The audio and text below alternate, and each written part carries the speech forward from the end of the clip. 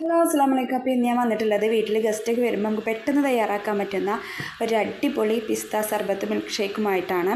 അപ്പോൾ അതിനായിട്ട് ഞാൻ ഒരു കപ്പ് പാലും ഒരു കപ്പ് വെള്ളം പാട് ചേർത്ത് കൊടുത്തിട്ടുണ്ട്. അധികം ചേർത്ത് കൊടുക്കുന്നത് ഇനി നന്നാരി സർബത്താണ് ചേർത്ത് കൊടുക്കുന്നത്.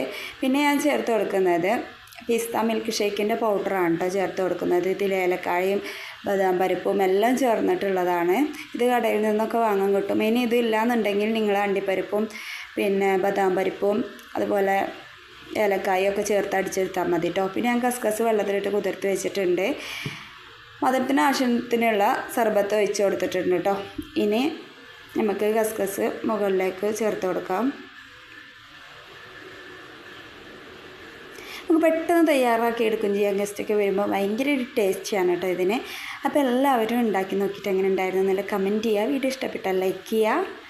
Okay, by.